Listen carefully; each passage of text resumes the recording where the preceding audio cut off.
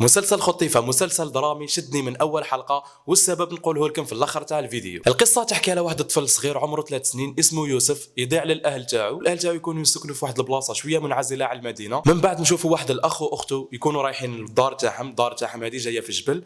من بعد يتلاقاو بالطفل الصغير هذاك يوسف، تم تقرر الاخت هذيك انها تدي يوسف هذاك وتربيه وتبدل له اسمه ويولي اسمه فاروق. القصة كانت من كتابة سوسن الجمني، وسوسن الجمني عندها الله يبارك بيبليك دونك تخدم خدمة الناس بزاف راح تتبعها. الحاجة اللي عجبتني في المسلسل هي طريقه الاخراج، كيفاش كانت دير الكومبوزيسيون تاع ليماج، وين كانت لي بيرسوناج تحطهم في السكرين وتقسمهم اعتمادا على الديكور اللي كاين في المشهد. فريمون الحاجه هذه بزاف عجبتني. لكن الحاجه اللي شدتني في المسلسل هذا وخلاتني نشوفه من اول حلقه هو الاداء تاع المراه اللي لعبت يوسف. واول مره نشوفها الممثله هذه، باش نكون صريح معاكم ما نعرفهاش، مي سبحان الله وين كانت. وصدقوني وصلني الاحساس باللي راح تصرى كارثه والطفل هذاك كاش ما راح يصرى له، على خاطر الاداء تاعها كي كانت تتعامل مع الطفل هذاك كان اداء صادق وتحسه صح ولدها. الممثله هذه فريمون يعطيها الصحه والله. دوك انتم تعطيونا رايكم في المسلسل هذا، اذا عجبكم ولا ما عجبكمش، واذا راكم تتبعوا فيه، واذا راكم حابيني نحكي على كاش مسلسل خلاف، خليونا هذا الشيء في تعليقات. نتلاقاو ان شاء الله في الفيديو الجاي. بيس عليكم.